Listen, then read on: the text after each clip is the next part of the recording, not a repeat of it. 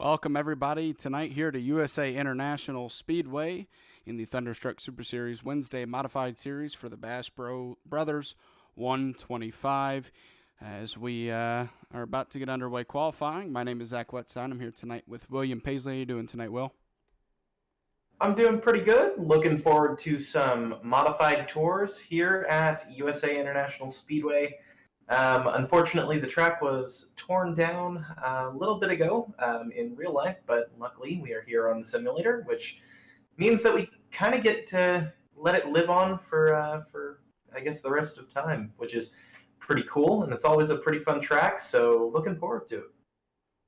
Yeah, we got about 21 drivers in here tonight. I believe Elliot Longenecker, he's race control. At least I was told he would be. So 21 drivers in here tonight.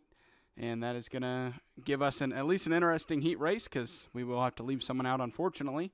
But we'll get into that in a little while. A little over half-mile racetrack, and you see front stretch and back stretch very long, and then you got the short turns. And so 75 degrees track temperature tonight.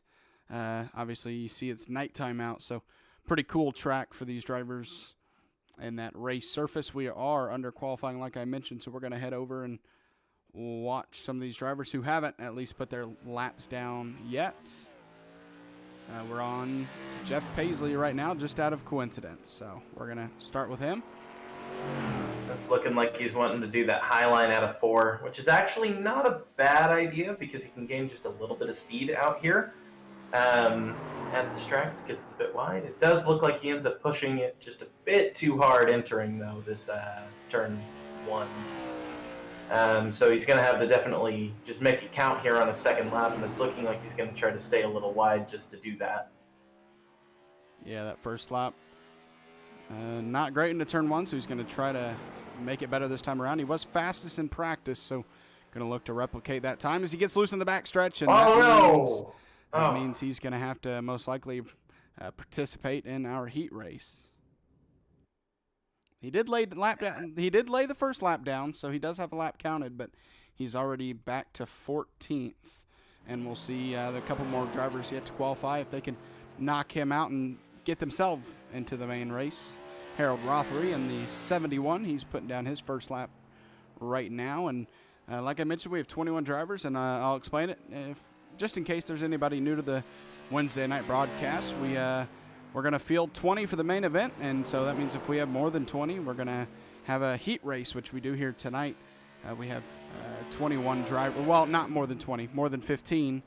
But if we don't have more than 5 people outside of that, then we won't have a race for that final spot. So we do have 21 drivers here tonight, which means we're going to have at least 6 drivers in that heat race to fight for that one person will be left out, for those remaining 5 spots after qualifying. So Harold Rothery, he puts himself up to second, so he will not have to worry about racing in that heat race. And I think this is going to end up being a pretty interesting one for the heat race because Ryan Bean also appears to have messed up his lap. He's actually a little bit slower than my dad here, which is going to be pretty interesting. We should have 2 pretty fast cars, it looks like, in the B main. Yeah, right now lining up the B main would be Aaron Ward, Jeff Paisley, Ryan Bean, Joaquin Meza, Keith Lichtenwater, and Mikey Keller.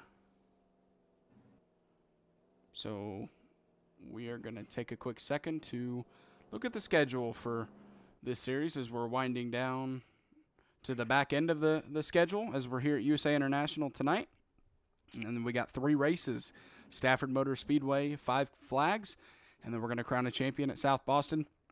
There is a chance before we get to South Boston that we can clinch a champion, as Ryan Bean is currently about 65 points ahead of Josh Oswald. So with the bonus points you get in qualifying, it's not clinched just yet, but he's looking really good right now with that 65-point lead, and only has to protect it for 3 more races after tonight. So as long as he makes it to the races and at least finishes, I believe he'll be okay. Yeah, he's definitely looking pretty good, but he can't keep going into the last chance qualifier like this. If he ends up getting knocked out in all of the races, and Josh Oswald can manage to kick it in, it's technically possible that this championship could still be up for grabs here. So Ryan can't get complacent. He needs to still at least make the mains and make sure that he can maybe get a couple positions out of it. But if he ends up doing mistakes like he did tonight, and maybe even do a little bit worse and not even make it into the main, it's technically possible he could not even make it into the or not even make it into the race tonight. As we are now set for the heat race here tonight, as we're going to show your grid here, Aaron Ward's going to lead these at least 6 group of cars out on track with that pole spot with the 27.62. Jeff Paisley on his outside in second. Ryan Bean in third with Joaquin Meza in fourth on his outside. Keith Lichtenwanger in P5, and Elliot Longenecker qualifies 6th for this heat race.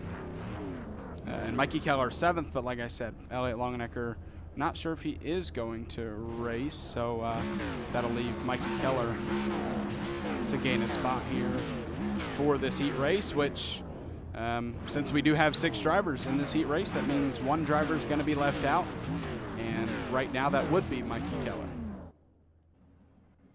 Yeah, and you definitely don't want to be the odd guy looking in, but at a short track, anything can really happen, so not time to panic just yet. You got 20 laps.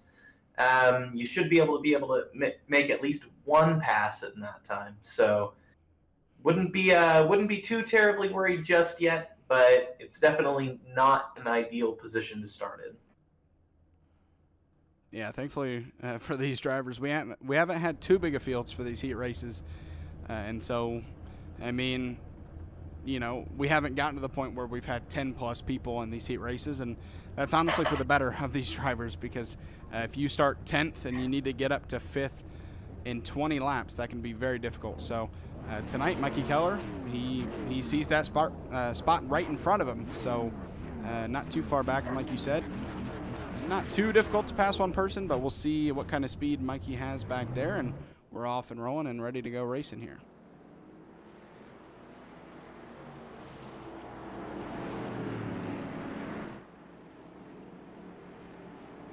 Aaron Ward in that pole spot for this heat race, so he's going to be able to get hopefully the best jump. Sometimes it doesn't go to plan, but with that pole spot, he can try to get himself out ahead, and with only 20 laps, not a lot of laps to have to defend. So we talk about it week in and week out. The biggest thing you don't want to do is, if you're up there in that top 3 or so, is to battle too much and wreck, and that puts you back into that 6th position or worse. And looks like, oh, okay, never mind. And possibly wrecked out to where you have to tow, and that will kind of end your heat races. You're going to be multiple laps down, and when you only have a 20-lap race, that's just not enough time to get back on the lead lap. Absolutely, you never want to go a lap down in a last chance qualifier. You risk so much by having even 1 lap down that it's never anything that you want, obviously, but it's not necessarily the end of the world. We have seen people go a lap down in these before and come back from, I guess, what you would consider the brink. So it's not necessarily a death sentence if you can avoid if anybody else wrecks, but it's about as close to getting one as you can have. This pace truck is off, and the green flag is out here at USA International Speedway for the heat race to open up tonight's showcase of racing, as Aaron Ward does get out to that lead, and now a battle for second is on. Ryan Bean makes the pass on Jeff Paisley. Yeah, that inside here is a bit too dominant when it comes to the cars running there. There's not very much that you can do on the outside at this track, so it's going to be all about trying to get underneath people and then get around them and be as fast as you can. Just trying to be as fast and efficient to get through traffic. And it looks like we're starting to see some of the guys with the faster cars get through maybe some of the people who aren't quite as fast, but so far everything's looking pretty good. Nobody's wrecked yet. Ryan Bean, we kind of expected this to get up to that lead spot, and he did it in about 2 or 3 laps. So Ryan Bean and Jeff Paisley, nothing against the other competitors, but we know just how fast these two are, and they've quickly found themselves into the top 2, and Ryan Bean running away with it. So right now, 5th place is Keith Lichtenwalner with Mikey Keller a second behind him. So right now, all Lichtenwalner needs to do is just ride it out. You don't have to drive too hard, because you don't want to wreck yourself when you're not in a position to lose that 5th spot. Certainly, but you definitely don't want to be driving a bit too slow, because then that guy that's right behind you might start seeing what you're doing wrong and try to drive, I guess, a little bit faster and catch you. And you never know what's going to happen in the final couple laps of one of these events, because sometimes if you really want in that event, all that is between you and that event is somebody's bumper. So Keith Lichtenwalner now up to 2-second gap over Mikey Keller, looking good so far. 6 laps into a 20-lap race. Ryan Bean in a second gap over Jeff Paisley, and Paisley is 4/10 ahead, but he's not running away too much from Joaquin. So even, the only battle in this, there's not just one important battle in this race when you talk about that 5th position.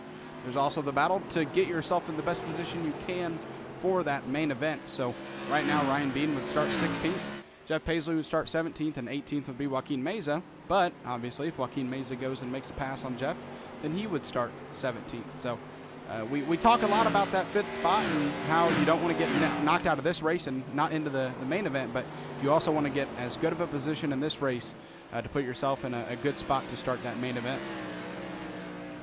Absolutely, and obviously you're never going to end up having a ideal starting position if you've been in the last chance qualifier, but you can definitely help yourself out a little bit with just a little bit of time, not having to deal with quite as many cars, if you can pass as many of them as possible. And you can also remember that these last chance qualifiers can end up helping you get your confidence back. So for somebody like my dad here, who ended up wrecking in qualifying, he may end up being able to kind of get back into the groove just because he's had a couple more laps on the track, a little bit more just time in to regain that confidence, because once you've had a little bit of a spin, it takes a little bit to get it back and to really get back into the groove that you need to. As Joaquin Meza just hits the wall relatively hard, but it doesn't look like he spun or anything like that, so we're going to stay green.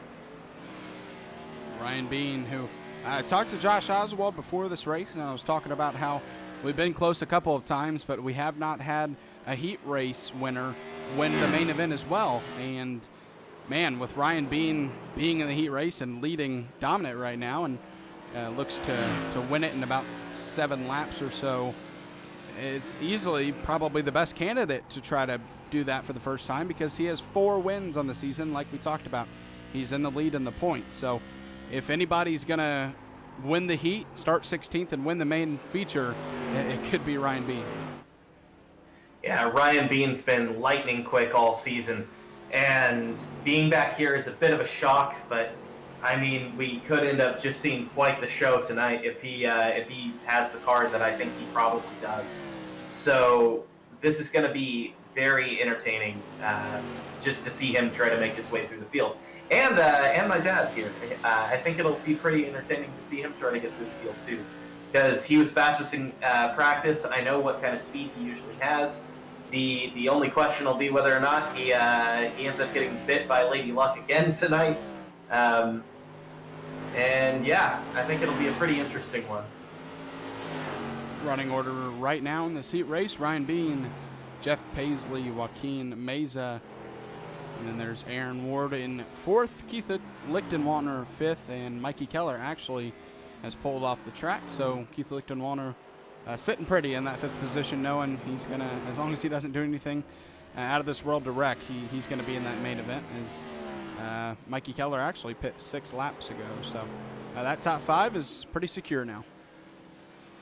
Yeah, and it's looking like no matter what, pretty much everybody that's still running on track is going to be just in this main. Even if you were to stop now, you'd still be ahead of Mikey Keller. So our top 5, or I guess our bottom 5 for the A main have been decided. So now it's all about just try to maybe find some stuff out. Now maybe it's a good time to experiment. Try some different lines. Try maybe braking earlier or later. See if you can find maybe something that you were missing maybe in practice.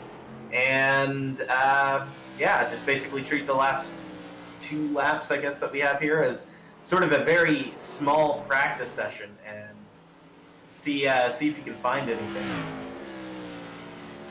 White flag is out for Ryan Bean in that 28 machine to win the heat race, as he solid around 1 and 2 down the back stretch into 3 and 4, and he's gonna wrap this heat up. You see him getting a little loose, but that won't matter. He comes around out of turn 4, and your winner of the heat race will be Ryan Bean. Jeff Paisley comes home second. Joaquin Meza third. Aaron Ward fourth. And your final qualifier for tonight's race, Keith Lichtenwalner, as he comes out of 4 there. And good job on all of them to keep it clean. I think that was the first heat race that we've actually done that was a complete start to finish green flag run. So good on everybody to keep it within their bounds, and hopefully that's a good omen for the rest of the race. Or for the A main, rather. Definitely going to be a different story when we get to that main event, as we're going to have now 20 cars on track and 125 laps to decide the winner. So a lot longer and a lot more strategy. Again, I talked to Josh a little bit before this race, and he told me that at least for his setup, there's just enough fuel that if we get any caution laps in this race, he'll be okay to make it to the end. So I'm not sure about others and if it's the same, but at least for him, he's hoping for at least 1 caution that doesn't involve himself, but we'll see how that ends up. We got about 2 minutes of warm-up here, 1 minute left of it. Garrett Kinder, I believe in qualifying. I'll get to that when we actually grid up, because I'm not sure who had the pole spot. But we'll take this minute to check the schedule one more time. Next week, Stafford Motor Speedway, 5 Flags, South Boston, the remainder of your schedule here. And make sure to tune in tomorrow night as well. We'll pull this up. The Super Late Model Series as we head here to USA International for another 125-lap race. The Wednesday Modified tonight and that Super Late Model tomorrow night, they follow the same schedule, same laps, just different cars, obviously. So make sure to tune in tomorrow night. That's going to be an exciting race as well, but we won't look too far ahead of ourselves, as we still have a great event here tonight here at USA in these modified cars, as we are getting close to wrap it up. 10 seconds until we wrap up this warm-up. We can get to your grid and get to the green flag. All right.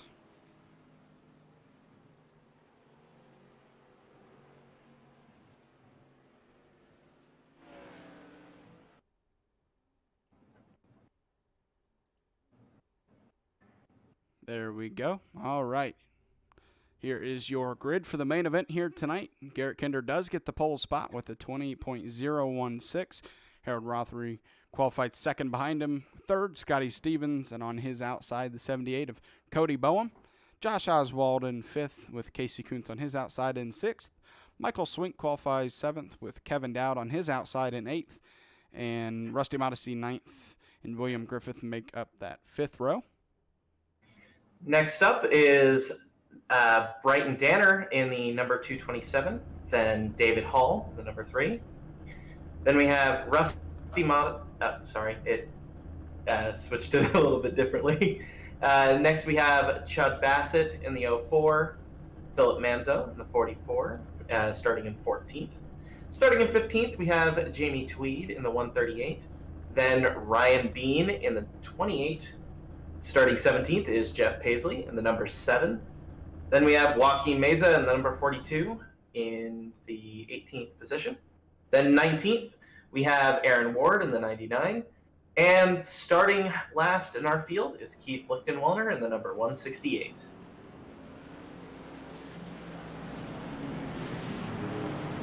As perfect timing, the cars roll off and we're ready to go racing here tonight. 2 pace laps, and we'll be ready to go as Garrett Kinder, your pole sitter, gets to control this field of 20 here tonight at USA.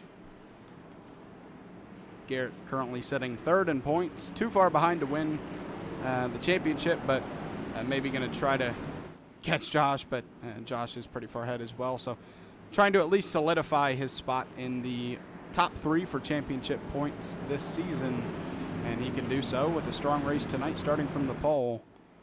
But a lot can happen in 125 laps, so maybe a little bit of luck along with the fast car he has tonight in order to win, but we'll see. Usually in racing, you have to have at least a little bit of luck.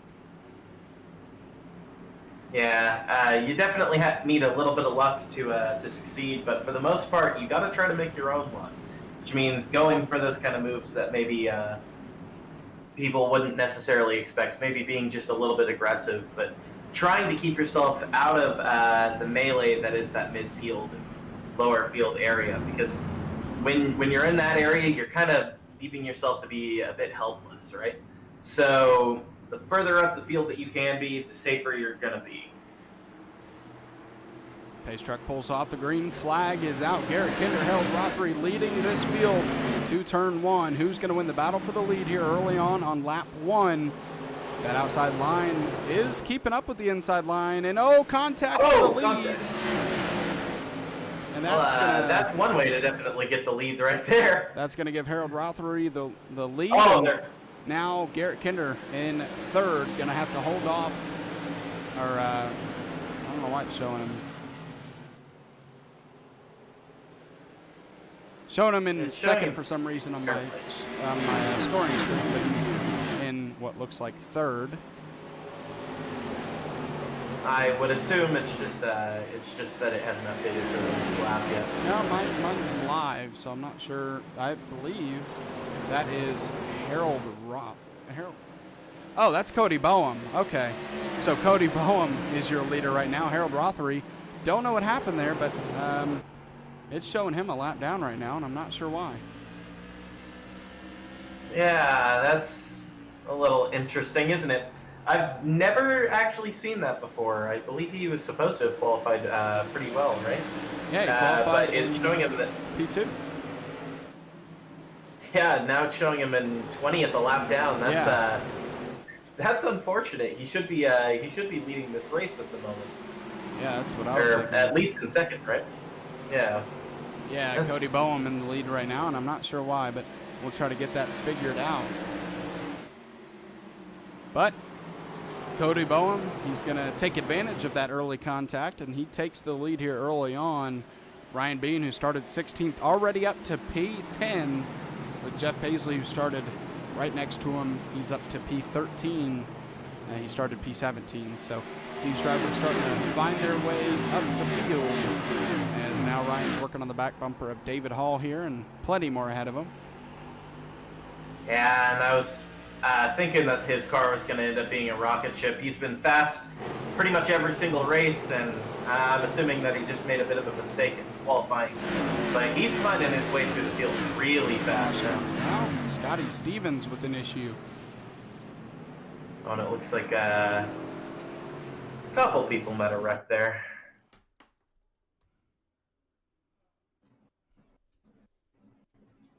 As Scotty Stevens coming out of the turn.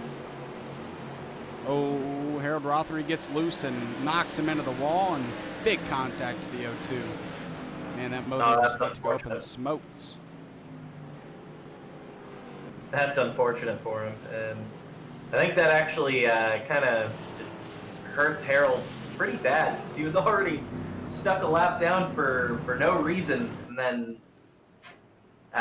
then we come here and, well, now he had the incident with him, and he's going to be put with an EOL, and he's not going to get the lucky dog. I don't know. I imagine he deserves the wave around, at least to be on the lead lap, because he doesn't deserve to be a lap down, at least for what I know. I'm not sure.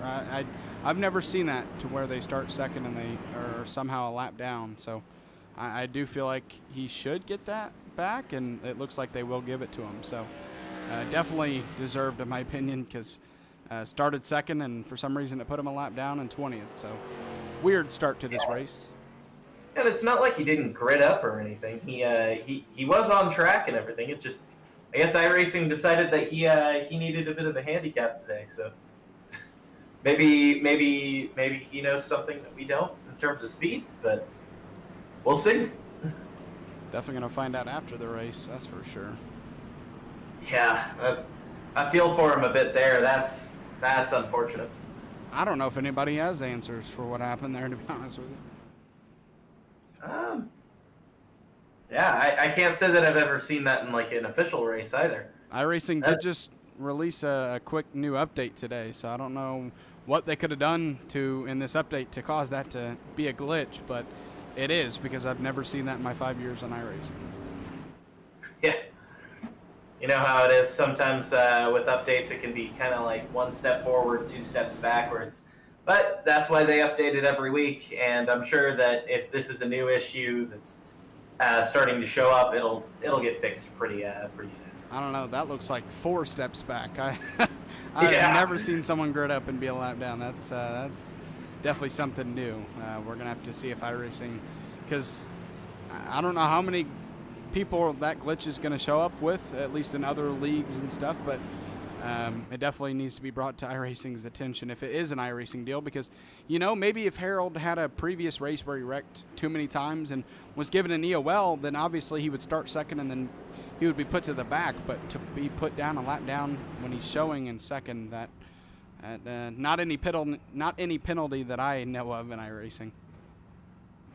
Yeah, and if I was him, I'd probably be pretty mad about that, because you kind of get stuck a lap down and all the way in last to no fault of your own, really. And that's, man, I feel for him with that. That's unfortunate. But here we go. We're starting to go side by side here, so we should be able to be on one to go. Yeah, Garrett Kinder, who had a little bit of contact with Harold Rothery, took him out of the lead. He's going to have a chance here to get a good enough jump to try to take that lead back away from Cody Bowen. But you got Josh Oswald behind him and Casey Kuntz behind Kinder. So a lot of cars that are cars that can lead a race. So we're going to see who comes out of this restart with the lead as the pace track pulls off, and Cody Bowen can go whenever he wants. The green flag is out as Cody gets a really nice jump, and now it's left up to the battle for second with Garrett Kinder and Josh Oswald. Yeah, that was quite the jump, wasn't it? He needed to make sure to get a little bit away from the 76 of Garrett Kinder there, because, I mean, Kinder's definitely winning that lead back. He's not a slow and guy. Ryan Bean in contact with William Griffith spinning him around, and it looks like all that time Ryan Bean made up, he's going to have to make up again from the back if he's going to get an EOL for that. I saw that he was looking to the inside, and I wasn't going to say anything about it, but he dove in pretty late, and we're going to see the outcome of that. Yeah, he was apologizing on the radio. Yeah, he just dove in late. No opening for him to take on the inside, just a little too aggressive, and some contact between him and William Griffith unfortunately sends Griffith around, and he has some pretty big damage to that car he's going to have to get fixed. Yeah, I mean, you try to go for some of these moves at times around these tracks, and you'll end up making contact from time to time, right? That sort of just happens with the nature of short tracks and cars like the modifieds.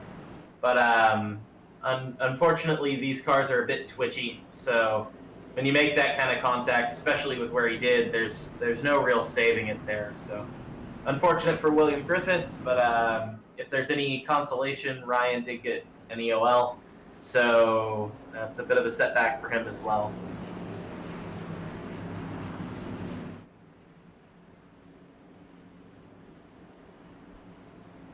Yeah, so Ryan Bean, all that time he made up, he's going to have to, like I said, make it up again from 20th. And now it looks like Jeff Paisley, the new leader of the cars who raced in the heat race, he's now in P10 after starting this race 17th. Yeah, and they've been pretty fast so far throughout the night, being able to get through the field. They're looking pretty good so far, and honestly, having the field bunch up like this can sometimes be quite the advantage for you, because then that means that if you can get below the guy that's starting in front of you, I mean, that's at least one position, usually speaking. So having him keep stacking up, and then the constant checkups that come from just being in in the general vicinity of other cars, that can really help somebody be able to get through the field. So good on them to be able to get through the traffic as cleanly as they have for the most part. Obviously, Ryan had the incident that he did. But yeah, my dad is all the way up to 10th. And that car is looking fast enough to where it probably will be able to climb up even higher.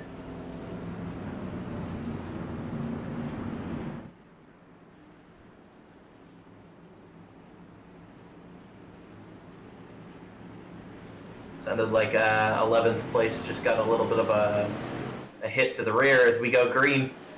Green flag is out. Garrett Kinder, not a great start from him, and that bottlenecks Josh Oswald, but they keep it clean, and we're underway back here, 18 laps in at USA International, and everybody's stayed pretty single filed out after that single file restart.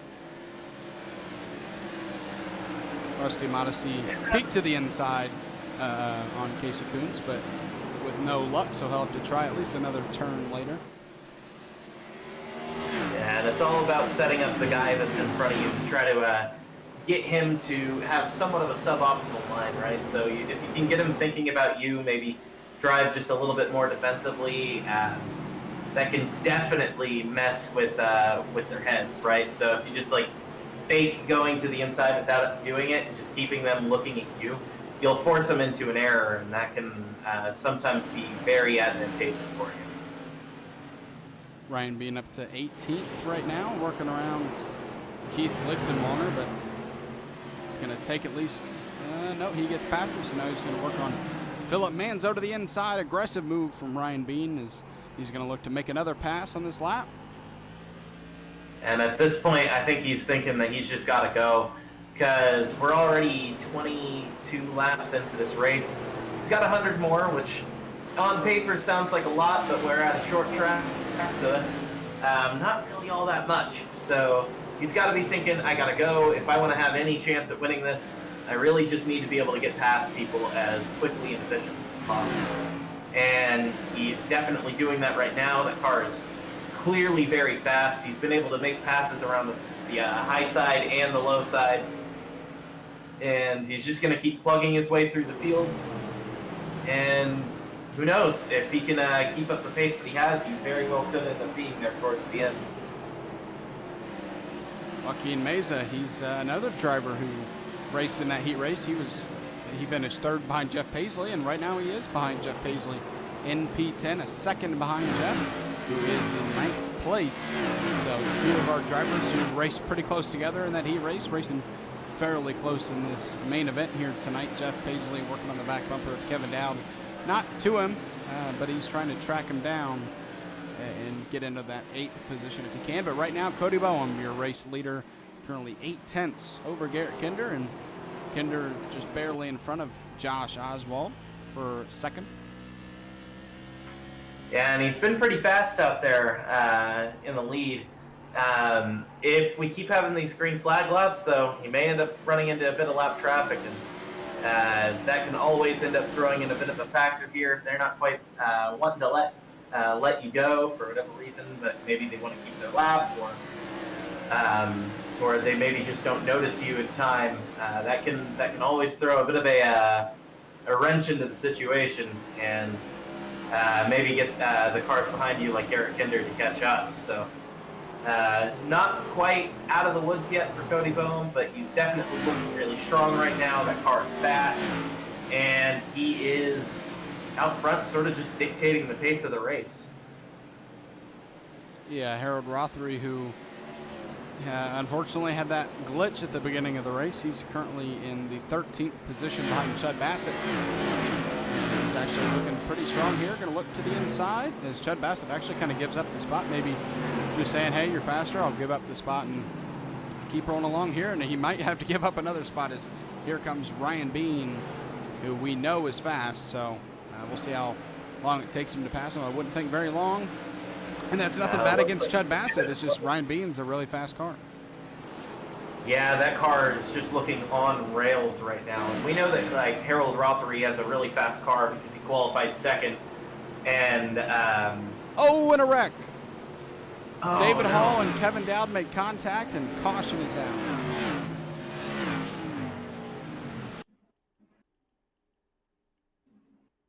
Oh, and it sounds like somebody might have just got hit. Yeah, we were actually watching that as it happened. I switched over to David Hall, who I saw was in a battle, and it happened not that long afterwards. We're going to check this out.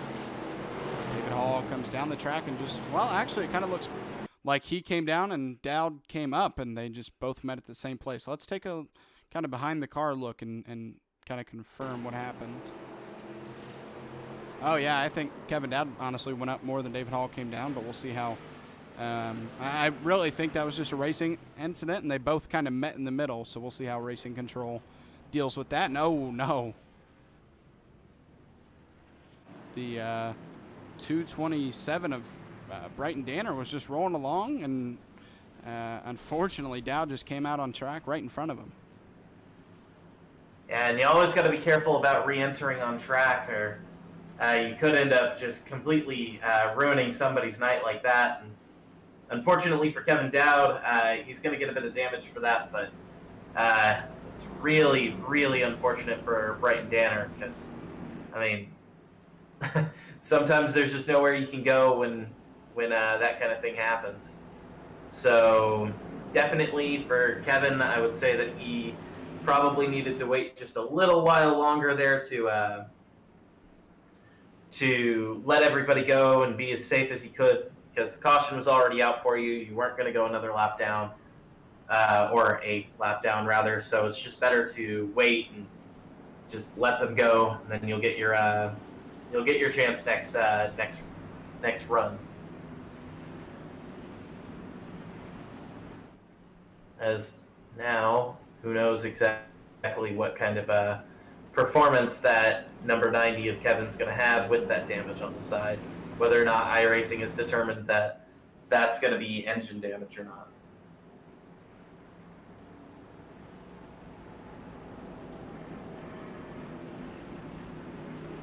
As we Garrett are Kinder.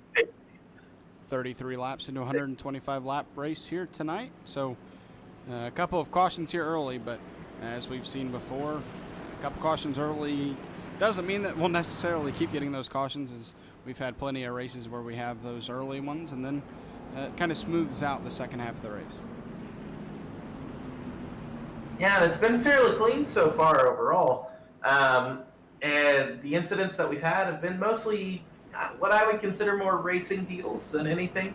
No real hard contact from somebody just straight up missing a braking zone, more of stuff of just trying to go for moves that maybe wouldn't pan out, or two guys going for the same bit of track. And it's sort of worked out in the favor of the drivers who are all the way towards the back, as Jeff Paisley and Joaquin Meza are both up to 7th and 8th respectively. So both up 10 positions. Ryan Beans all the way back up to 11th already. They're definitely looking pretty good for them, because these green flag laps have really allowed them to just pass as many cars as they could. And every time that you go a little bit more forward, though, it gets harder and harder to end up making passes unless you are the fastest car on track. Ryan Bean made his way all the way up from 20th to P11, or I can't tell. I think it's 11th. Yeah, so he's 11th right now, and the green flag is back out. Cody Boehm, heck of a restart, and that's going to put Josh Oswald in the second position, as Garrett Kinder, I guess, was not expecting that early of a jump. And like I said, that's going to help Josh Oswald out as he gets up to P2. And now does he have anything for our leader? Cody Boehm led pretty much every lap after that early contact between Harold Rothery and Garrett Kinder. Yeah, Cody's been getting some massive jumps out here. He's just waiting to try to see if he can catch him napping. Maybe they're in the same chat or something, and he's saying, I'm going to go on 3, 2, and then just goes. And leaves him kind of in the dust there. Josh Oswald currently your second in points right now, and looking to get that first win of the season. He's been very consistent. Average finish of is the right in the back. Average finish of 4th this season, but just not able to pull off a win. But looking to do that tonight. Michael Swink, unfortunately, spun around. Looks like it may have been involved with the 7, but we'll see.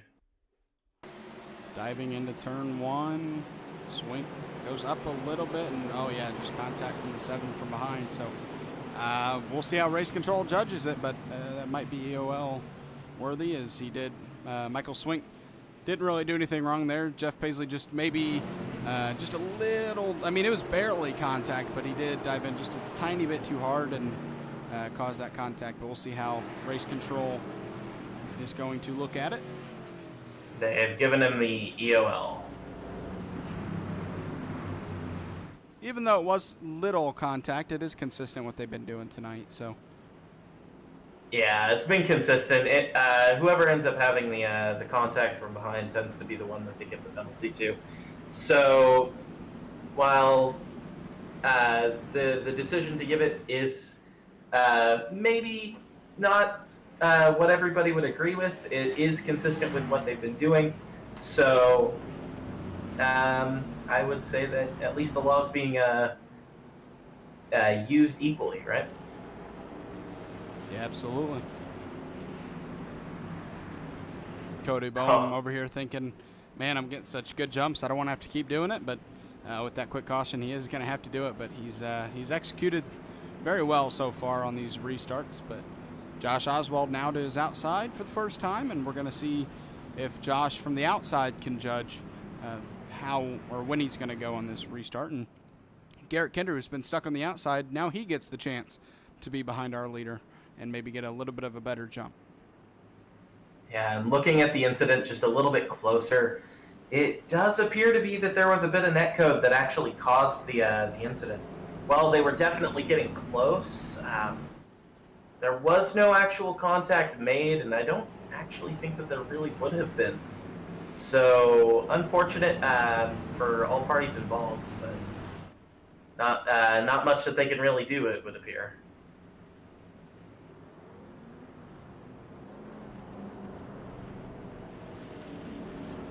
Ryan Bean up to 7th. We're just kind of keeping track of our heat racers.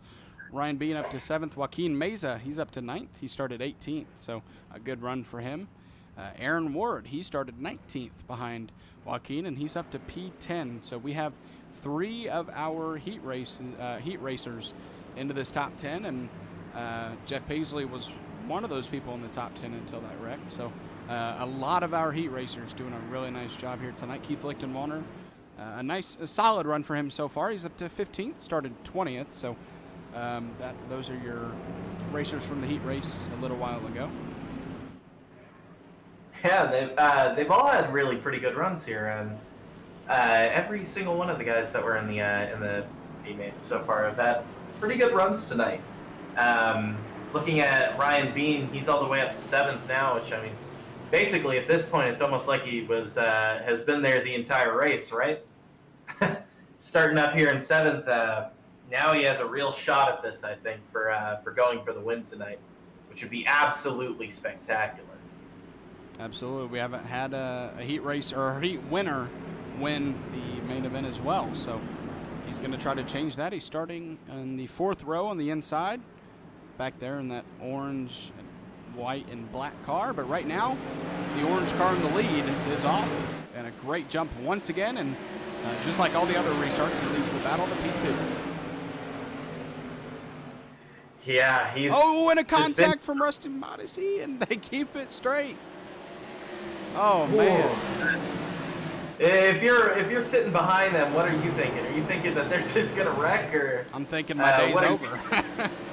Oh, yeah. Man, that's a clinch moment right there if you're behind them, or if you are them.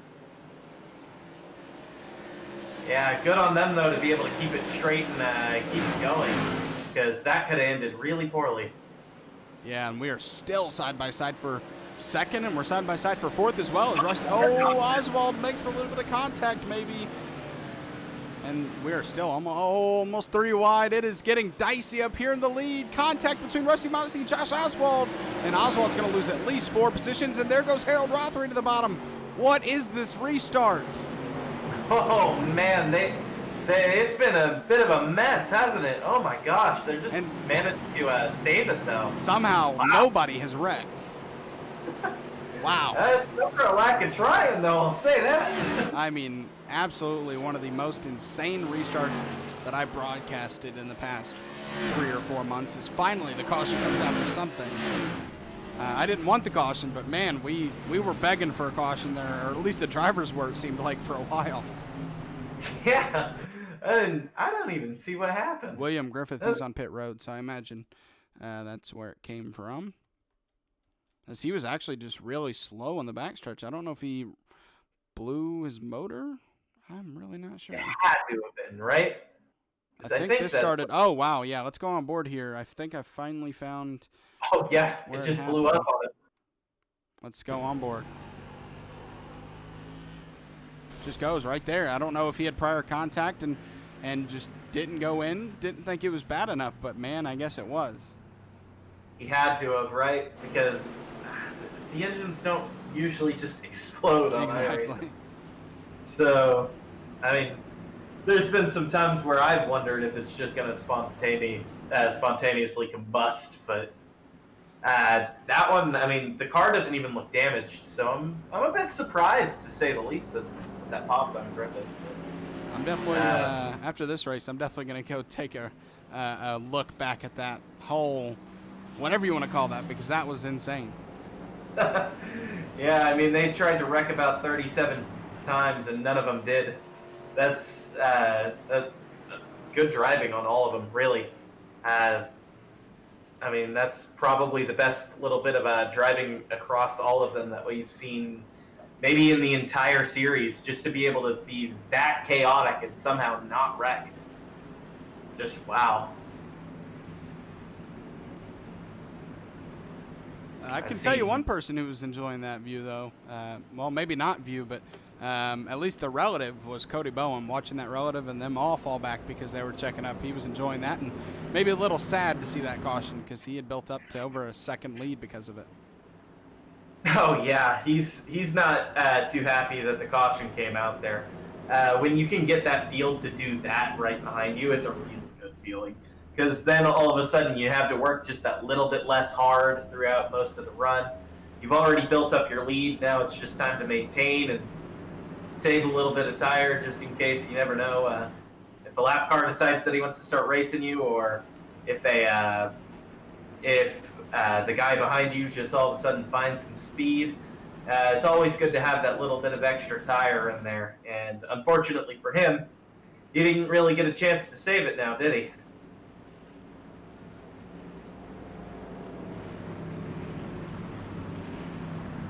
Should get the one to go this time around. We'll see if they line back up 2 by 2.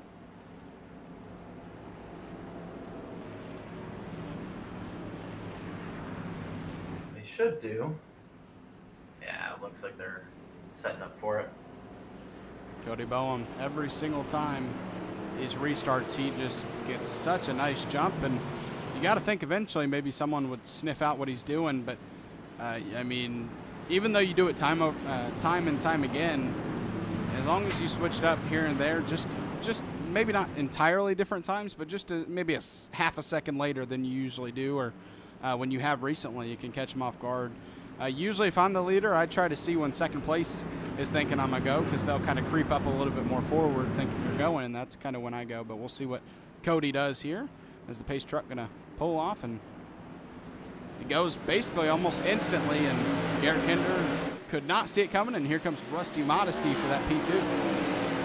Yeah, and he's done that a couple times now, so he needs to be a little bit careful of doing that, because if he keeps it up, I mean, as soon as that pace car goes in, I'm just going to jump with him.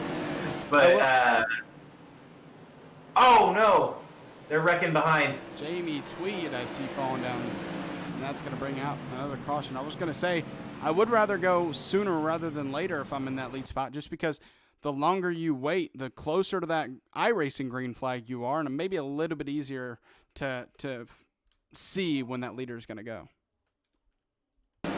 Yeah, for sure. I mean, I tend to wait a little bit longer myself. Oh, and Jeff Paisley makes contact with Jamie Tweed, spinning him around, and then some contact. Oh man, that's the 227 of Bryton Danner, who that's 2 times now that he's made contact with someone kind of slow in the middle of the track. Yeah, not much luck there, is there? Kind of unfortunate for him. He sort of just got stuck in the middle of it, right? And I mean, yet again, one of those situations of nowhere really to go when somebody's sort of sitting there on the track. So unfortunate for him, but I kind of want to check something out real quick. Sorry, Josh Oswald, he's back to like 12th or something. So I'm looking to see if something happened to him, or if maybe he just got stacked up when we had all those stack ups on that last jump or that last restart. Maybe if that pushed him all the way back to 12th, but I think I had seen him pit. I can't recall, but I'm pretty sure I saw him pit at one point. Yeah, I'm not sure what happened. If he did pit, I did not see it. Right now, looks like Chud Bassett down pit road, and Scotty Stevens as well.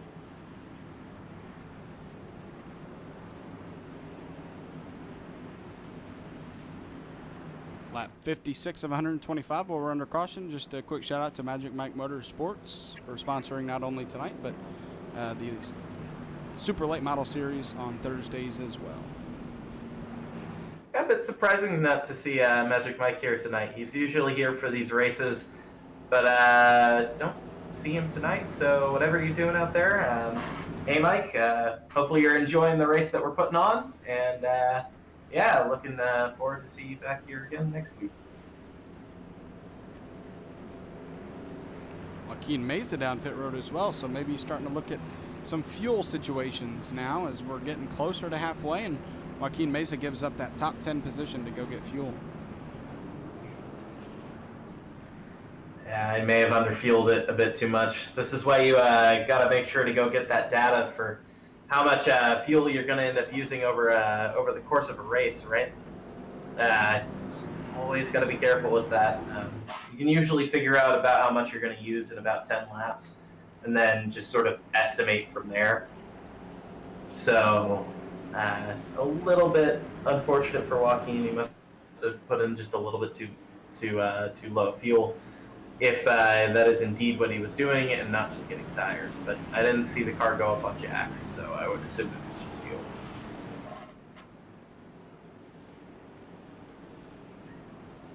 I'll tell you what, these cars do not fuel fast either. Yeah, no, absolutely not. Once you start a gallon, they have to finish the gallon, and if you put just 1 gallon too many than you plan on, you could even go a lap down. Yeah, it's super slow with these cars. I don't really know why it's as slow as it is. It's almost like they just like have them in those like little Aquafina bottles, and then they just pour the gasoline in those. Another great jump here from the 78 of Cody Bowen. That's going to get him out to a nice lead to start off this green flag run as we're getting here to lap 60. 7/10 behind him. Rusty Modesty, Garrett Kinder, Ryan Bean up to P4, and Casey Coops rounds out your top 5. I think Ryan's trying to go for, in a way, the almost last to first challenge, and he's looking really fast, so it's definitely possible, but he's going to have a big hurdle here with Cody Bowen being as fast and as good on these restarts as he's been. So if you're Ryan, I think you're wanting it to stay green here. Just try to get through these guys as quickly as possible and go chase down Cody. Because with the way that Cody's been on these restarts, it's going to be really hard to get him. Yeah, and he has to be careful because he may be faster than Garrett, but Garrett, I can tell you just from experience, he will fight you for that position as long as he can. And so he's got to be careful not to get overly aggressive and maybe a little angry at him, and that anger can cause you to be a little too aggressive and then dive into the turn. He looks like he's going to make the pass, but at this point you're in P3. You've already worked from the back twice. You do not want to get another EOL penalty. Oh yeah, Garrett's not one to back down from a fight. And with Ryan there, it looked like he actually kind of threw him a bit of a bone there, because he didn't fight him too terribly hard for too long. He ended up letting him go. Maybe he was a bit worried that Ryan was going to send it in. I mean, he's already had one EOL tonight, right? So it's a situation of maybe he's just thinking, I'm not going to be able to keep him behind forever, so might as well let him go and then kind of save us both a bit of lap time here. And who knows, maybe you can use Ryan to go catch Rusty and Cody, right? Use them as a bit of the pick. When we talk about adversity tonight, you could talk about Ryan Bean getting that EOL and such, but man, Harold Rothery was supposed to start P2 and was for some reason put a lap down in 20th as he was in second place, at least running. And well, he got that wave around after they fixed it, and he's up to P5, so into the top 5 as you see ahead. Ryan Bean trying to make a pass on Rusty Modesty.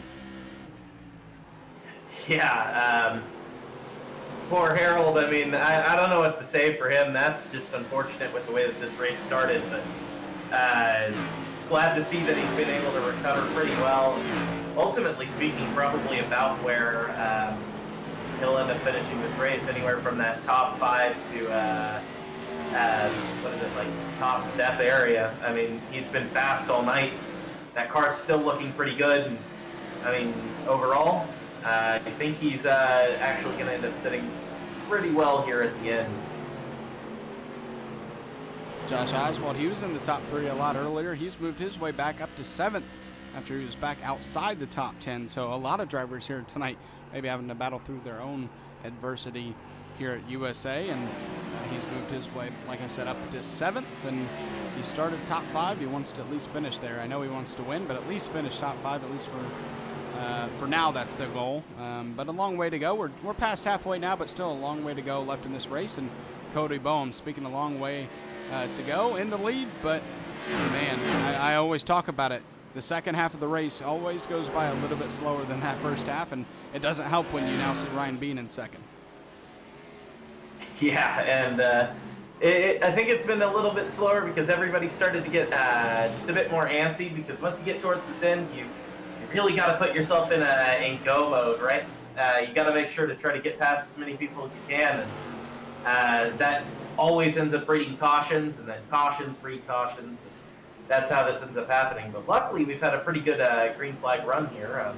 Hopefully, obviously, it continues. And Ryan, I mean, now his job here is just to go catch the 78 of Cody Boehm. I almost didn't even want to say a number with the fact that he doesn't have one on his car, but he definitely has a chance at going up there and grabbing it. He's just got to get moving and gain that second back that he's down at the moment. Yeah, we'll give Cody some credit, though. We've talked about how fast Ryan is, but he's held that lead over a second. That might fall now, but even if Ryan's just a little bit faster, Cody's doing a nice job of being consistent right now. And even if you do get caught up or if he gets caught by Ryan, or if we have a caution and he has to restart around him, I have kind of no doubt that car, how well it's driving right now, that he's going to battle for all he's got, even, like I said, if Ryan gets to him. So, but we'll see if that happens, as it's now down to 8/10 and we're getting into a little bit of lap traffic. Yeah, and it's always one thing to catch somebody, but it's also another thing to be able to pass them. I mean, with some cars, it's a little bit easier than others. Obviously, something like a Formula One car, you almost have to be 2 seconds faster than the person in front of you. With a NASCAR, it seems like at the moment it's about 3 to 5 tenths faster per lap to be able to pass than something like a Cup car. But with these, I mean, I think you need to be about a tenth or two faster, maybe, to be able to get to that inside of somebody and really push it. And it looks like Ryan's kind of wringing the neck of this car at the moment just to try to get up to him. And I mean, in the past 4 laps, he's made it go from 1.1 seconds all the way down to about 0.6 of a second. So he's done a really good job of catching up so far, but it's always going to be a little bit more difficult to make the pass. So I think we're in for a little bit of a treat here now that I think the faster car is the one that's right behind him. Wrecking behind him, Rusty Modesty. Oh, they're wrecking. Oh, they were wrecking pretty big. I believe Rusty, or was that Rusty? Yeah, I mean, looks like he's gotten back going somehow. We'll take a look. I believe he just got into the wall. I don't think there was any car contact before. Like I said, I think he just got maybe a little tight and got up into the wall. But we'll find out. Yeah, he was a little about a car length ahead of Garrett when it happened. Yeah, I didn't expect to see the car kind of jump and do what it just did there, but luckily for Garrett, I think there was a little bit of netcode that saved him. Yeah, hopefully it wasn't the wrong kind of netcode though, where it actually gives you the contact. Because if that's the case, I mean, then he's probably got engine damage. But I do think he is appearing to have gotten away scot-free with that. So I guess congrats to him. Maybe he had a little bit of good karma coming his way for something.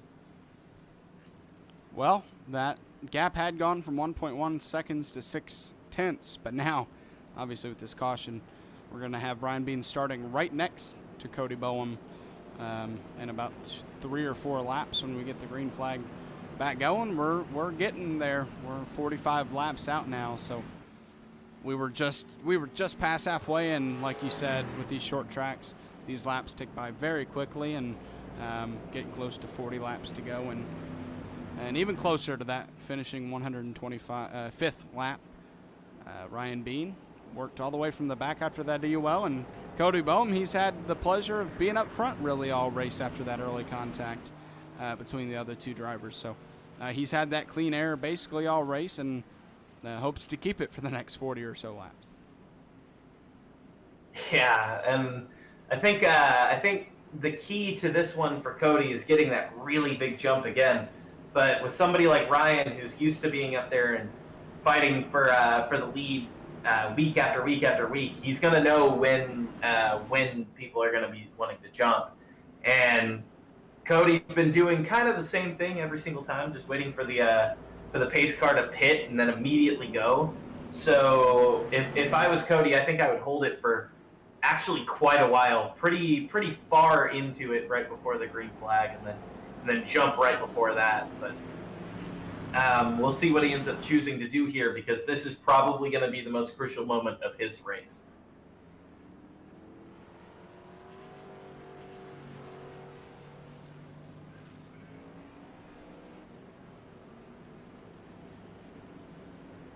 Meanwhile, go ahead. Harold Rothery with that moved his way up to P4.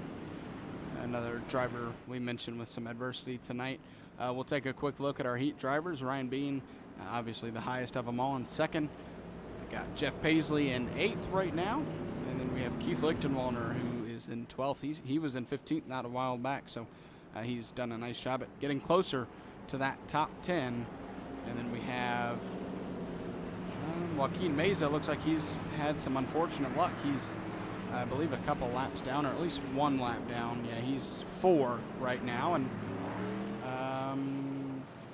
trying to see our other driver, Aaron Ward. He's 14th right now, up 5 spots.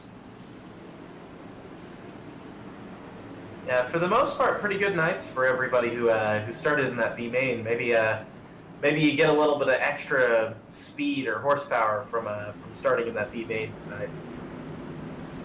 We're lined back up 2 by 2, and for the first time tonight, Ryan Bean gets to start on that front row, but not the spot he wants. He's starting second, and we're going to see if maybe he can time up these restarts a little bit as we are off. And still another fantastic jump from Cody Boehm. Going to get him out to the lead here early. But Ryan does get a good enough jump that he clears himself for second going into turn 1, so he doesn't have to worry about battling Garrett Kinder for that second position, as Garrett Kinder consistently been in the top 3 all night tonight. Just unfortunately lost that lead very early on with that contact, and has kind of dealt with the ramifications of being in dirty air. And oh no! Oh, that's unfortunate.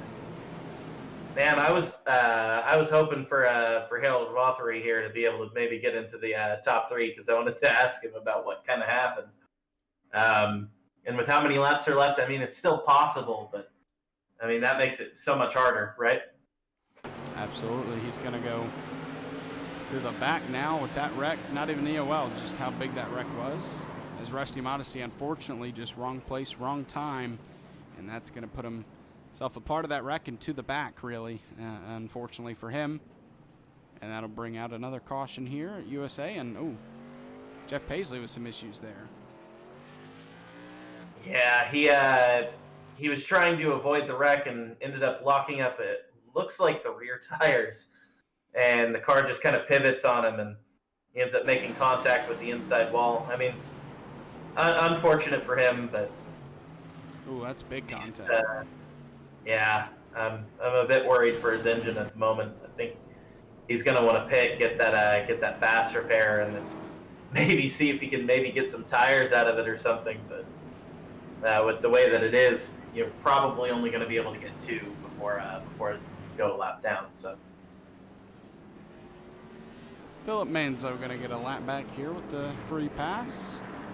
Not sure if that'll put him on the lead lap, but nope, it'll put him one lap down along with Harold. Since Harold was a part of that wreck, he couldn't get the free pass, and that gets Philip Manzo just one lap out of of being on the lead lap.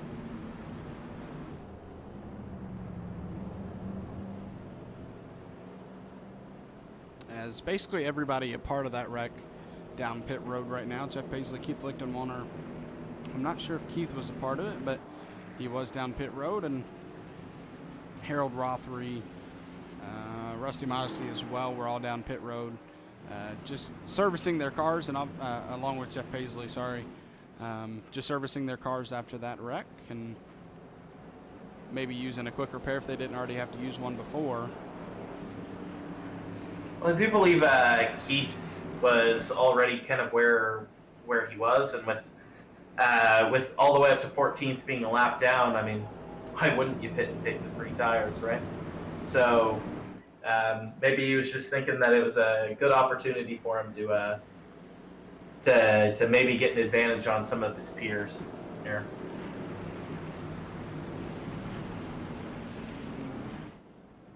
Cody Bowen, Ryan Bean, Garrett Kinder, Josh Oswald, Casey Kuntz, your top five, with Scotty Stevens, Kevin Dowd, David Hall, Michael Swink, and Aaron Ward, your top 10. Aaron Ward, the now second driver of the Heat Racers, into the top 10.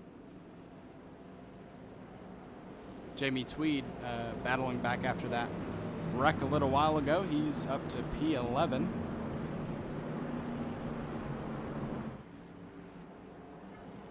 But I was just mentioning, I mean, Garrett Kinder, he had the pole spot, the fastest time, and that contact on lap 1 or 2 put him back to second. And ever since in that dirty air, I remember broadcasting last night, and they said the dirty air in these cars weren't too bad, but ever since he lost that pole spot, he has not been able to get the lead back, unfortunately, but has done a nice job at staying inside the top 3 for most of this race, if not all. Yeah, and it could also be a kind of thing of maybe put together a really good qualifying lap, or just had a really good setup for the qualifying, and maybe his race pace just isn't quite as good as well. I mean, that's also sometimes what it can be. But overall, I mean, it's been a decent night for Garrett. Just I don't think he's ever really quite had anything for either both Ryan or Cody here. Cody Bowen back off. The green flag is out. Not as good of a jump this time. But unfortunately for Ryan, not as good of a jump for him either, as he was side by side for second. Very close battle for second right now with Garrett Kinder right behind him, but Ryan Bean is able to edge him out for now. Yeah, and I think Ryan's starting to think that with the increase in cautions that we've started to have here towards the end, as everybody's starting to get a bit more feisty, I think he's starting to think that he needs to just get up there and go. So look for a little bit of aggression out of Ryan here. As he's definitely going to want it, as I'm not really sure what just happened there, but he is side by side for the lead now with Cody. Yeah, I went to show a battle for 10th, and all of a sudden I saw his name jumping to the inside. He shows himself, but he wasn't necessarily there But it did work for him a little bit. He's not able to get the lead, but he showed himself to the inside, and Cody Boehm kind of reacted. You know, we talk about that all the time. You show the person in front of you that you want that spot as the caution is out. And sometimes that guy in front moves up or they don't. And Cody Boehm did move up, but I don't know. The next time that Ryan shows himself to the inside, I don't think Cody's going to move up, just because the closer we get to this finish, and even right now, you just can't afford to give up that lead.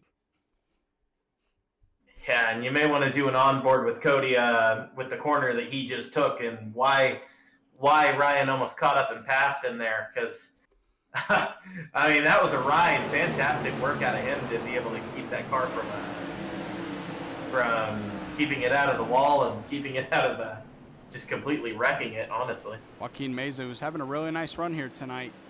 Unfortunately, spins himself out of 4, and that's going to... He's down pit road right now. He is at least, I believe, 5 laps down or so, maybe a little bit more. So a nice run from him early in the race. Unfortunately, a little tainted with as he's now in the back half of this race. Laps down, 5 right now. And we're going to see Harold Rothery get his lap back, and he's currently 15th on the lead lap. Yeah, good for Harold. This time it was a bit on merit of why he had the lap down, but good to see that he's back on the lead lap and able to fight for positions. And who knows, with how crazy this has been, I mean, we still got 30 laps left, so anything can happen.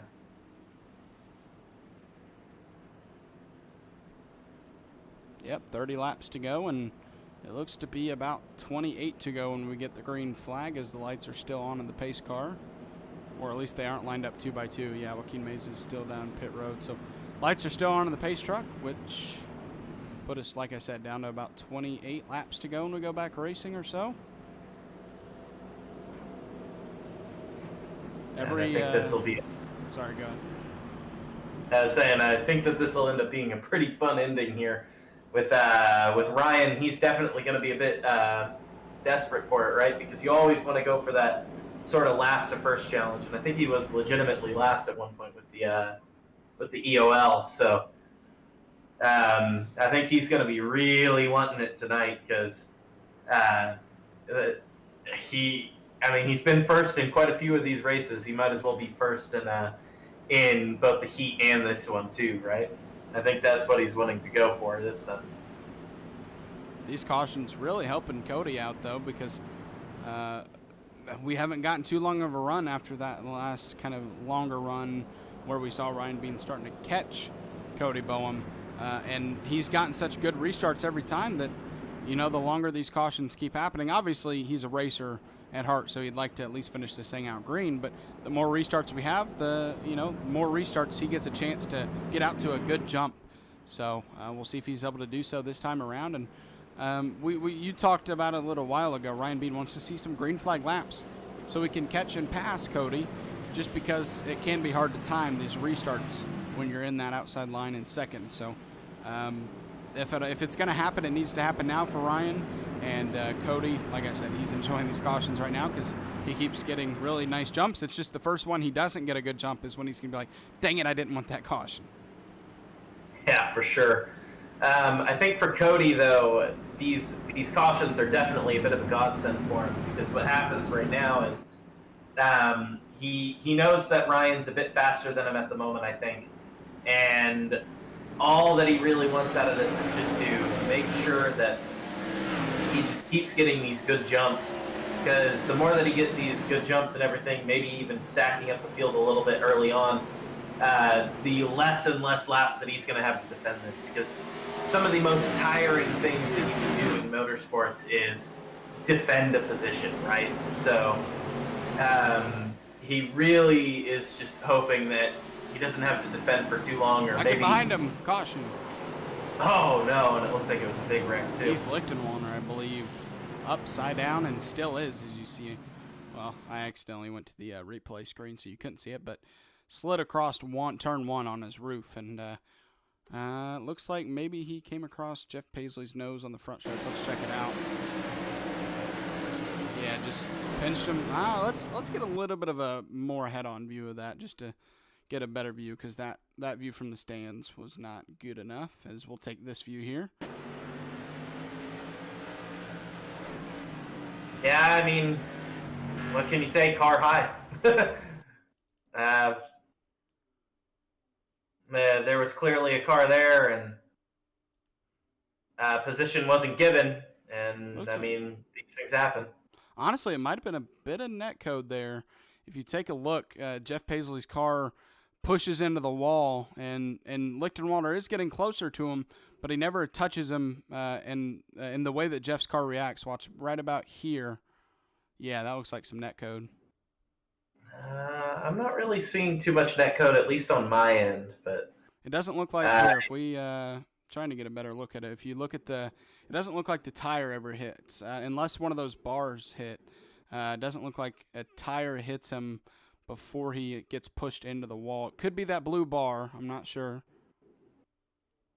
Yeah, they're not making contact yet, but he's pushed into the wall, and then they do make contact after that. It did look like some little bit of net code there. Yeah, either way, I think they would have had contact even without any sort of net code. I mean, with where that is, I mean, there's a car high there. You got to give more than one. You got to give more than one car length, or you got to at least give one car length, rather. I mean, obviously, I'm a little bit biased with this incident because, you know, my dad is involved. But with it, I mean, it's a bit hard of a one to say, right? Because there could have been a little bit of net code involved, but at the same time, I do still think that contact probably would have ended up happening. Lost my sound, so I'm trying to get it back here. Not sure why, but I have lost. Start making some race car noises. No, I'm good. It's gonna be like trying to figure out. I don't know why, but I've just lost all sound iRacing. Strange. Yeah, I'm not too sure. Oh, there we go. Okay, that's why. All right. Forget anything ever happened.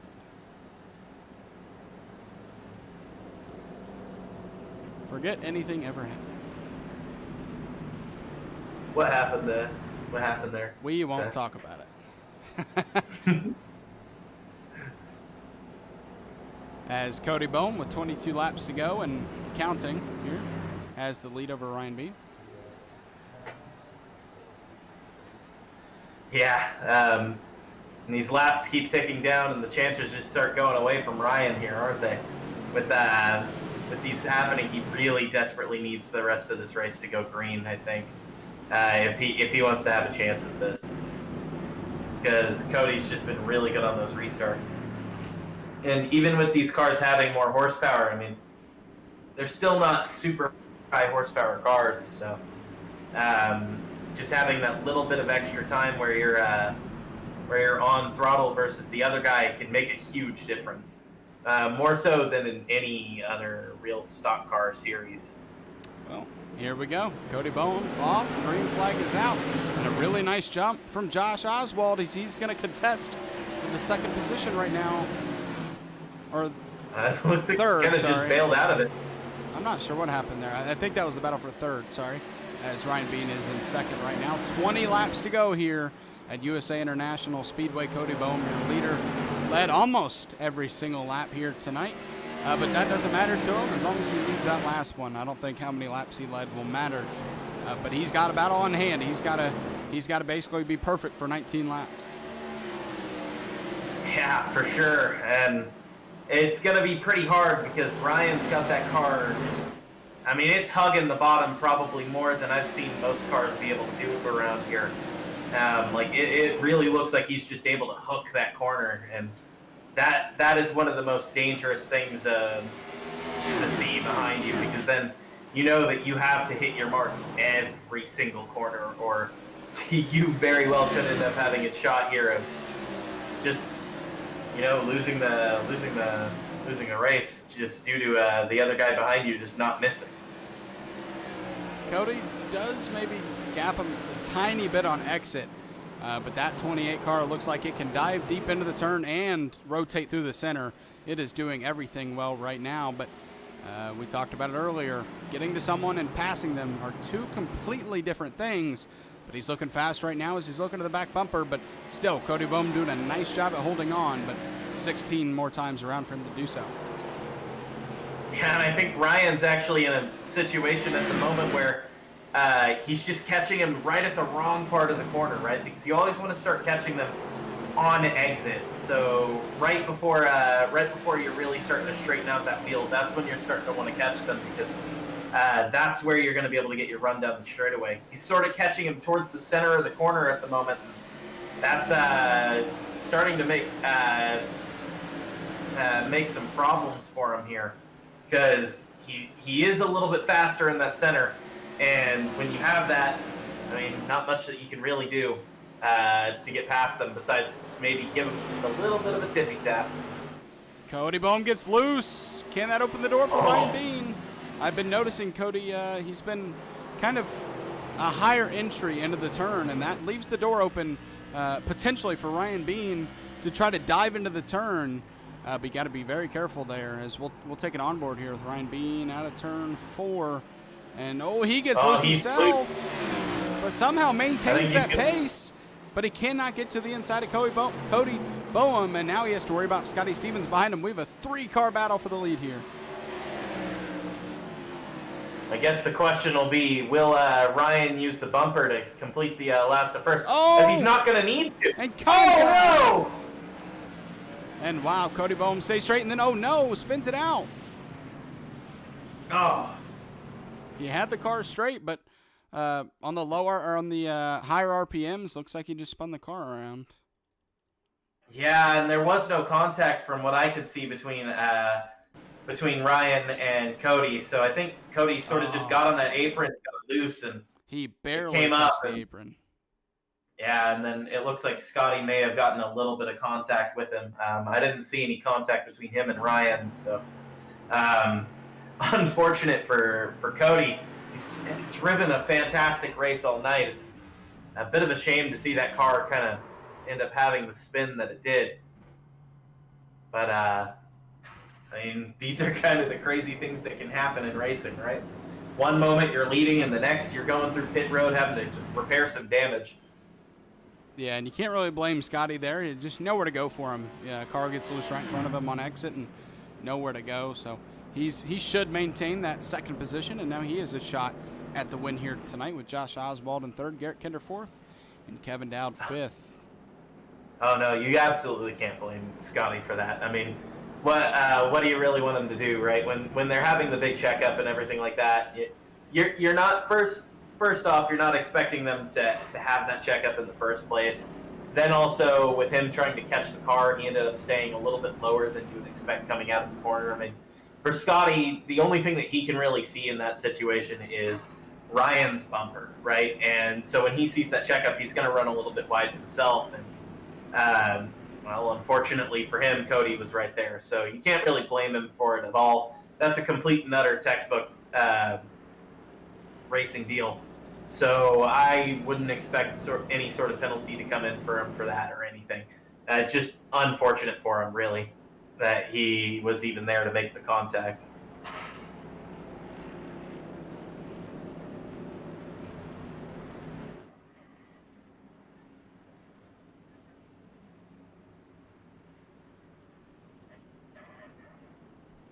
Well, under 10 laps now. 8 laps to go right now, and maybe 6 laps to go when we go back racing. So not a lot of time for Scotty Stevens, Josh Oswald, these drivers behind Ryan, to try to take the win away from him. We've seen if you can get a good enough jump, it takes at least 3 or 4 laps to catch back up if you can at all. So, oh no. Oh man. Wow, that is not something you want to be doing. Yeah, that's not good. Hopefully they'll give positions back. Man, I'm not to call him out, but I kind of want to see what happened here on Scotty Stevens. I would assume that was netcode, right? Like, everybody must have blinked out on him. He just stopped paying it. Yeah, I don't know. It just looked like he maybe looked away from the screen. I don't know.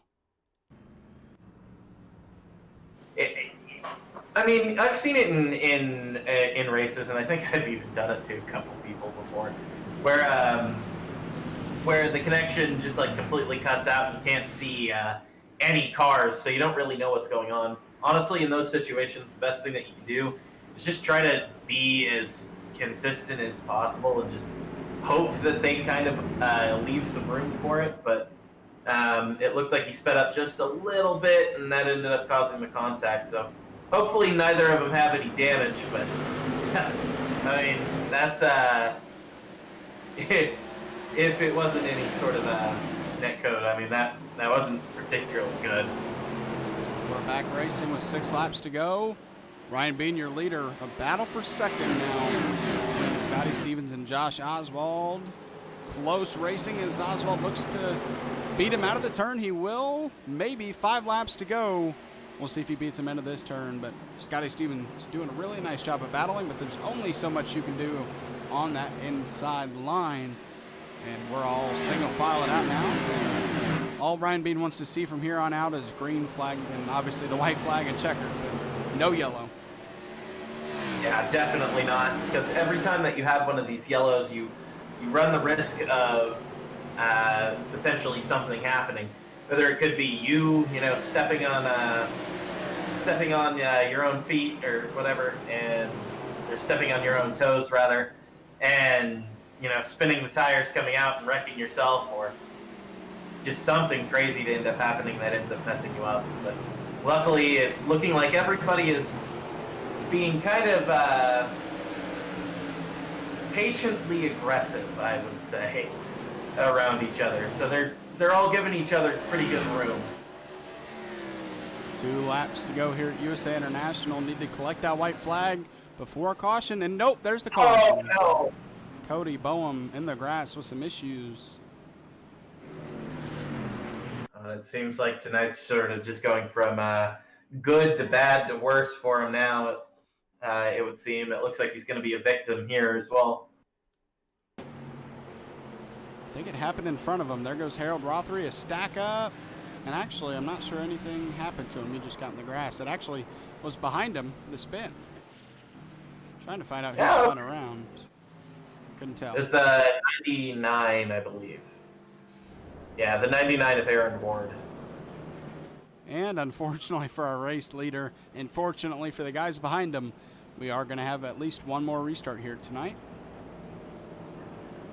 Yeah, and if you're Josh Oswald, are you thinking that it's finally your time and you can just kind of use his bumper a little bit because he's had enough of these wins? First of all, you got to get a good enough jump on the restart to even think about it. So I think that's the first thing he's thinking about is how can I just time the jump better than anybody else has been able to in second. I mean, not one person tonight has been able to even come close to drawing even with the race leader on these restarts. So, and it looks like maybe a little bit of fuel saving by these drivers as they are down.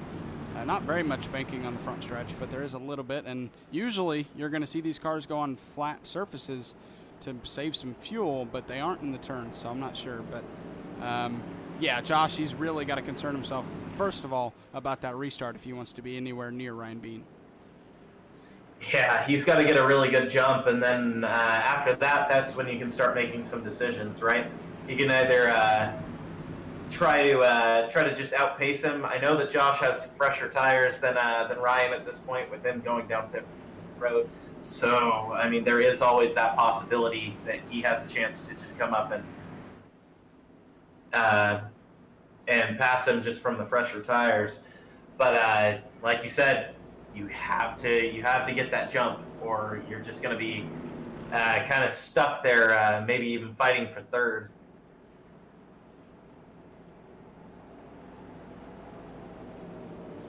Yeah, we'll see. Usually that battle for second has been the only battle on these restarts, at least up front. So we'll see if the lights go off this time by. Does not look like they will, so one more lap around at least before we can get them 2x2 and ready to go back racing. Your top 10 consists of Ryan Bean, Josh Oswald, Scotty Stevens, Garrett Kinder, Casey Kuntz, Kevin Dowd, Rusty Modesty, Harold Rothery, David Hall, and Cody Boehm after that wreck. He is back in P10. So just trying to salvage what he can after a really sad ending to this race for him after leading most, not all, but most of the laps here tonight leading up to a couple cautions ago. Yeah, and I feel for him on that one. He was setting to have a pretty good finish, but they were both pushing pretty hard there, and he just ended up getting a bit loose from corner exit. Not always something that you can get away with. So unfortunately for him, he didn't get away with it, and well, then he had to take avoiding action for somebody else in one of the cautions. All right, here we go. Green, white, checkered. 2-lap shootout for Ryan Bean, Josh Oswald, and everybody behind him. Can at least one person up here match the restart of that 28 car, trying to stop him from getting his 5th win on the season so far. Can someone do it, or will he collect that 5th victory? The green flag is out, and he is out and clear for the lead. The battle for second and beyond. Oh, and they are wrecking on the front stretch. Harold Rothery around. David Hall as well. Nope, David Hall kept it straight. Nope, that is Keith Lichtenwalner, I believe. Yeah.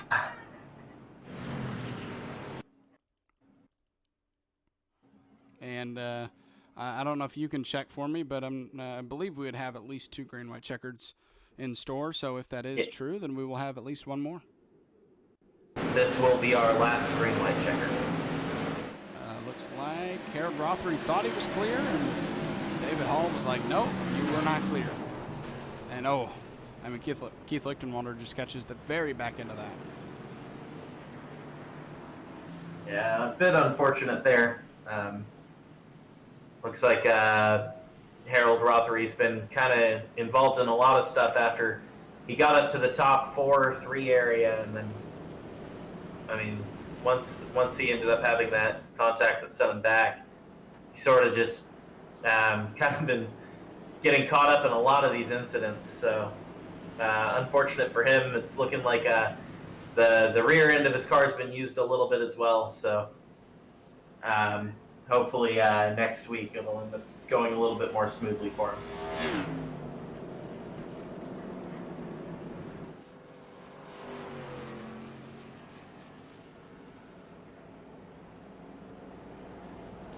Ryan Bean going to have to survive one more restart. If anything happens after that caution-wise, he'll know that he has that win secured. But really all he needs to do is get another good jump like that, and I think he has it locked up.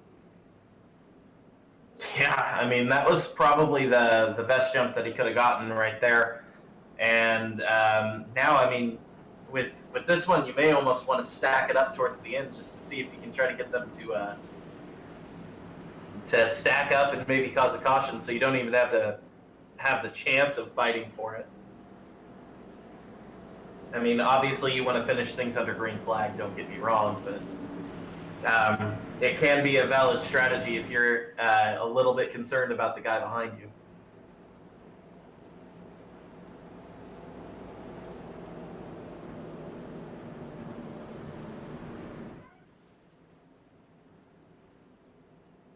Got to be a little honest with you. I know this is off topic, but I got these headphones with a mic for broadcasting, and said the truck left with it about, I think, like 10 hours ago, and it's a 7.5-hour drive from where they shipped it off from. So I'm starting to wonder who's driving that truck, because they are taking forever. Is it saying out for delivery? No. I mean, like, shipping here. Man. So, well, either they've gotten here and they're just not able to scan it till tomorrow, or it's a really slow driver, and that's all I'll say about it. You never know. Sometimes you can end up getting stuck in that rush hour traffic, right? Somebody gotta get home, but they're super tired and just wrecked it or something, and then all of a sudden now everybody's gonna be sitting there for 5 hours. Believe me, I live in the city. I know it gets really bad. All right. Well, the lights off from the pace car, and it looks like we're going to get a single file restart here to end this race. So that helps out Ryan Bean even more. Oh yeah, I mean, that's probably best case scenario for Ryan Bean here, that they're going to be starting single file.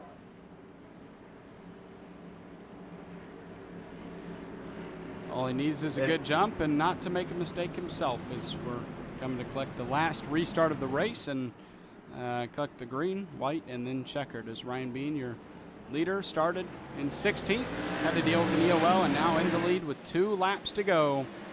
A nice jump from him, and once again, he leaves the battle for second to be the biggest battle near the front of the field, as Josh Oswald trying to hold off Scotty Stevens here late. Scotty Stevens, evasive action at the bottom. No contact, thankfully for the 2, as they make it around to the white flag. 1 lap to go here at USA International Speedway. Yeah, and looks like we're going to be able to finish this thing under green. But a really good restart there from Ryan is probably going to seal this for him, I would say, barring just kind of a mistake out of him. But Ryan around turn 4. Ryan Bean collects win number 5 on the season here in the Thunderstruck Super Series Wednesday Modified Series. Is, man, dominant showing from him all season long, and he caps off another race with a victory and pushes himself that much closer to a championship. Yeah, and he's been fantastic all year. I don't know what to say. Just out here just dominating, really, and very good work from him.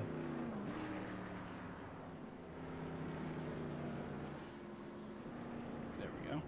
As he's just going to stop it off in victory lane, maybe wait for everybody else to pass before he does a burnout, or if he just isn't doing one at all, which we'll see. There he goes. There you go.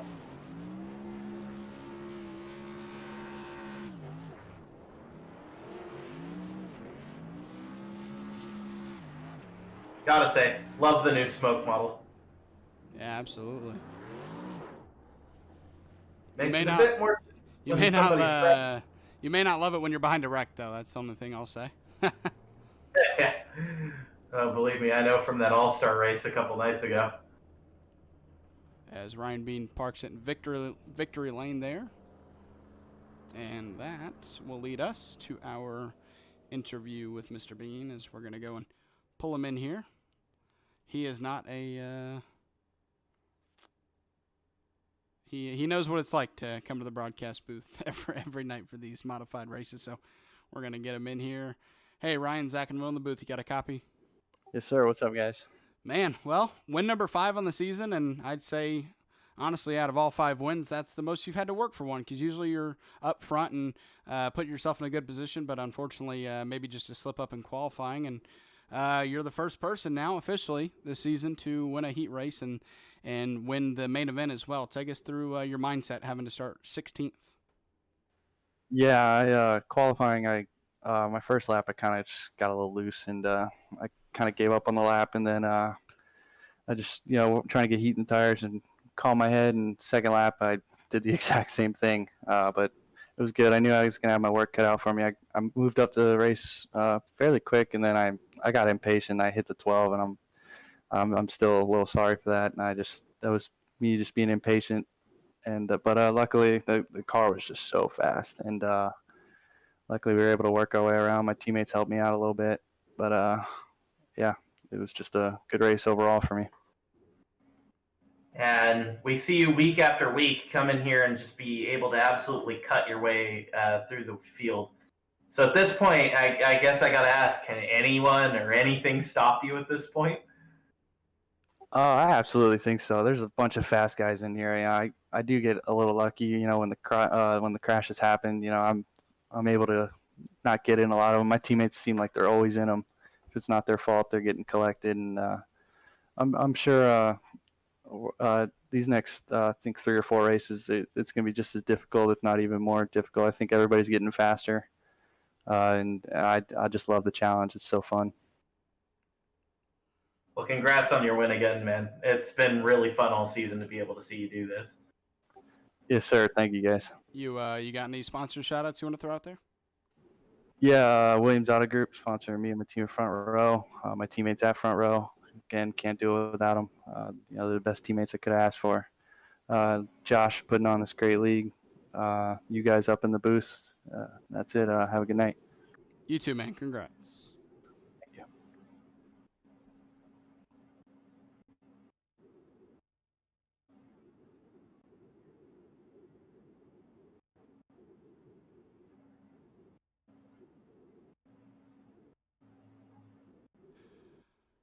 All right, we're going to go ahead and move in now. Josh Oswald, P2 here tonight, and he's a little too, he knows a little bit too much about having to finish second behind Ryan this season, and I don't say that in any mean way. It's just, I think that just shows how fast he's been all season, how consistent both of these two have been all season, where they finished 1-2 a lot of these races. So I'm looking forward to talking to Josh here, seeing how that car was. Hey, Josh, Zach and Will in the booth. You got a copy? Yes, sir, I got you guys. How you doing? Well, you were up in that top 5. I'm doing good. Sorry, I forgot to answer that. You were up in the top 5 basically all night long. I think you did fall at like to 12th.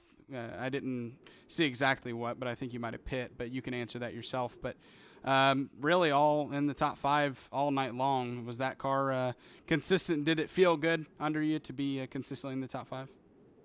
Yeah, I mean the car was great. I mean, just needed a little bit more there at the end. I could kind of keep pace with Ryan. I mean, hats off to him. He's on a roll. But earlier in the race, kind of got a shuffle up when I was on an outside on a restart and ended up getting some pretty bad wheel damage. And luckily the caution came out and I had to come in and get it fixed. So, and then come back up through the field, which was an interesting drive, but it all worked out in the end. But getting pretty tired a second. Got to put in some more work. Yeah, and it's been kind of a kind of mainstay of the series, right? You and Ryan being up 1 and 2 throughout here, and unfortunately, we haven't quite seen you get to the top step just yet. But in one of these races coming up, do you think that one of them is going to be able to suit you better than it does Ryan? I think we have 5 flags left on the schedule. I'm not sure. Yeah. It's always a good track for me. I really enjoy that. South Boston, I've usually run well. You know, I think I almost won our late model race there last season. So, you know, it's a couple of good ones coming up yet. I mean, like I said, Ryan's been on a roll, and with what little time I have to make these setups, you know, I've been working hard. This week I actually got a setup, so it was nice. It was, you know, a big help. But it was, you know, we'll get there eventually. Keep digging. Well, you've been fast all season, man, and it's certainly coming. So just keep your chin up, and you'll certainly get one of these ones here coming on for the rest of the season. But Yeah. Do you have anybody who you want to shout out today? Absolutely. Magic Mike Motorsports for keeping us up and running. You guys up in the booth. McConey Setup Shops for the setup tonight, and everybody that helps me keep things afloat at Thunderstruck. All right, man. Well, congrats tonight in your second, and I'm fairly certain I race around you enough. You'll find a way to get that victory before the season ends. Eventually get that monkey off my back. Yep. All right. Have a good night, man. You too. Yeah, he's definitely going to be able to have a chance here. He's run so well this season. There's no way, right? Yeah, absolutely. Surely he's going to be able to get up there and get one. Yeah, I think it's all about getting in the lead and controlling the field, which he just wasn't able to do tonight. And we'll see if he's able to do that in future races. But now we'll move on to Scotty Stevens, our 3rd place finisher here tonight. Hey, Scotty, Zach and Will in the booth. You got a copy? Hey, Scotty, Zach and Will in the booth. You got a copy? Yes, sir. There he is. Hey, man, nice 3rd place finish for you tonight. You started 3rd and you finished 3rd, so a pretty consistent race for you tonight. Take us through how it went. Well, first off, I got to apologize to Ryan. Under that caution, I just completely zoned out, wasn't paying attention, and ran into him there. I hit him up on Discord, apologized to him, so we're all good on that. Yeah, I had a really good long run car. I think me and Ryan both did. Unfortunately, we was just stuck in the back of the pack for most of the night due to whatever circumstances. Yeah, solid 3rd place run. And it definitely was. You were looking pretty fast all night, and it was really fun to see. But talk us through kind of what happened when you were behind Ryan there with I'm sorry, it was Cody Boehm, right? The one who ended up kind of spinning. What were you kind of thinking when you started seeing that?